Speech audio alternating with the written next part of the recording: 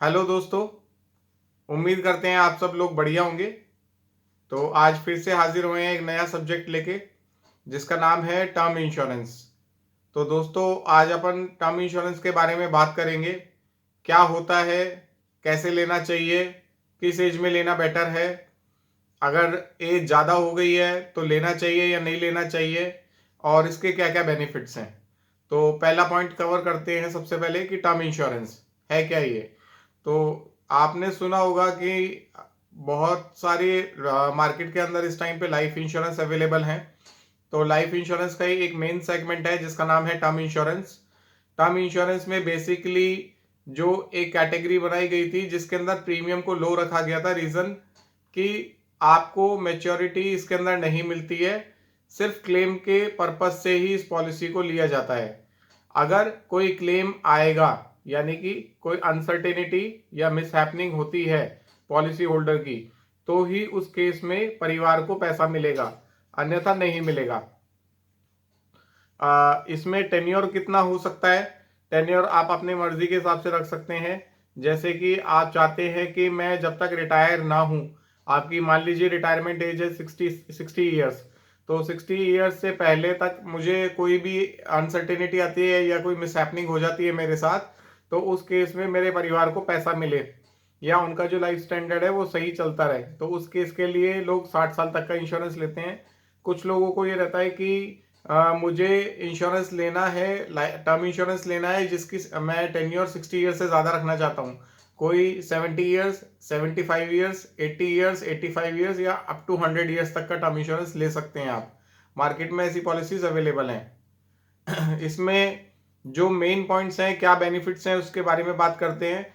कि सबसे पहले, अगर आप एक टर्म इंश्योरेंस लेते हैं तो उसमें आपको फाइनेंशियल प्रोटेक्शन मिलती है आपके परिवार के लिए, कि जो आपका आज के टाइम पे living of standard of living है, उसमें आप अपने परिवार को किस तरीके से उनकी पूर्ति करते हैं अपनी सैलरी से, अपने इनकम से।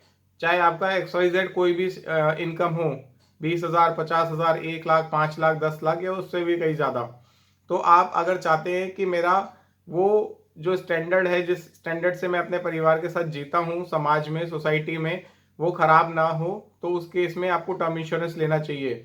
दूसरा पॉइंट है इनकम रिप्लेसमेंट, कि आप ये चाहते हैं कि जो भी आपकी XYZ इनकम है मंथली, आप चाहते हैं कि यदि मैं कल को मौजूद नहीं भी रहूं तो मेरे परिवार को एक सर्टेन इनकम रेगुलर बेसिस पे मिलती रहे।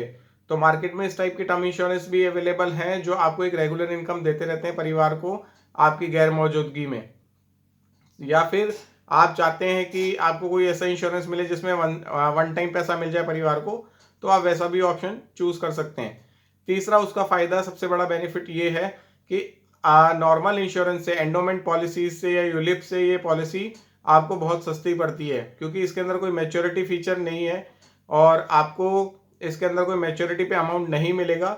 जिस तर्क के साथ टर्म इंश्योरेंस को मार्केट में लॉन्च किया गया था, मैं उस टाइम की बात कर रहा हूँ। आज के टाइम पे ऐसी पॉलिसीज आती हैं कि जिसमें मेच्योरिटी में आपको पूरा प्रीमियम वापस मिल जाता है, उसके बारे में आगे बात करेंगे।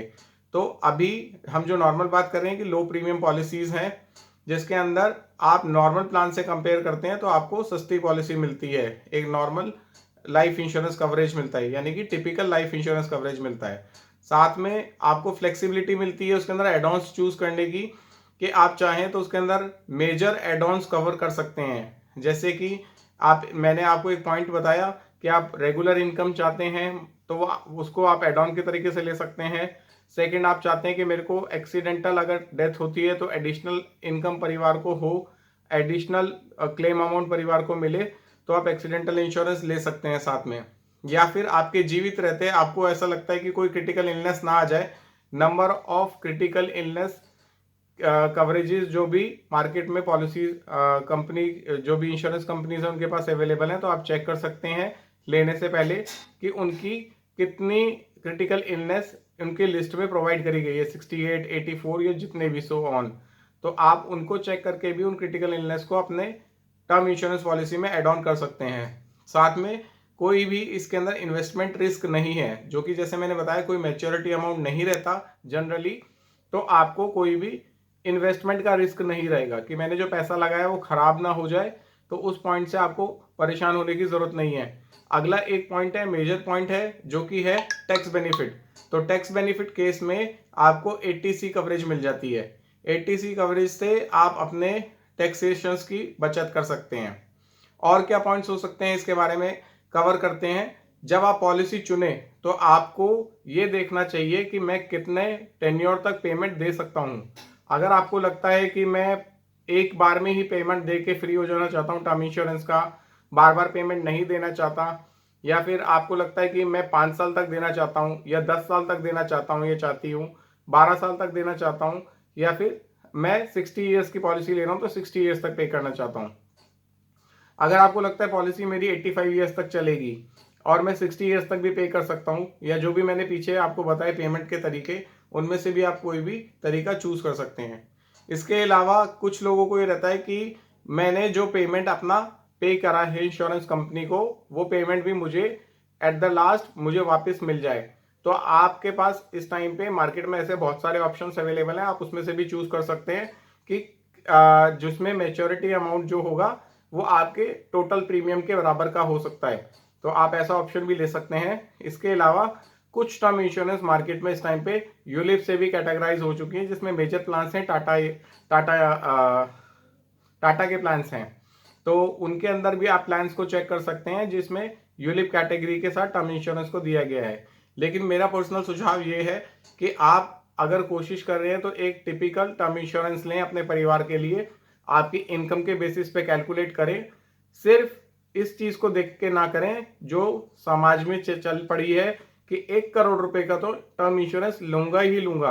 अगर आपकी इनकम बहुत ज्यादा है, अगर आप मंथली मान के चलिए लगभग 40,000 रुपीज कमाते हैं, या ईयरली आप 5 लाख रुपए कमाते हैं, तो आपके लिए 1 करोड़ रुपए का इंश्योरेंस सफिशिएंट बनता है। अगर आप इससे ज्यादा इनकम कमाते हैं, यानी आपकी सालाना इनकम 10 लाख, 15 लाख, 20 लाख, 25 लाख, 30 लाख उस हिसाब से है, तो आपको उसका 20 गुना, 18 से 20 गुना इंश्योरेंस, टर्म इंश्योरेंस लेना चाहिए, ताकि आपके परिवार का लाइफस्टाइल आपकी गैर मौजूदगी में खराब ना हो।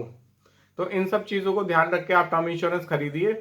और आपका कोई भी सवाल हो तो आप मुझसे डायरेक्ट भी पूछ सकते हैं, मुझे कमेंट भी कर सकते हैं। मैं आपको बेस्ट टू बेस्ट आंसर देने की कोशिश करूंगा। Thank you.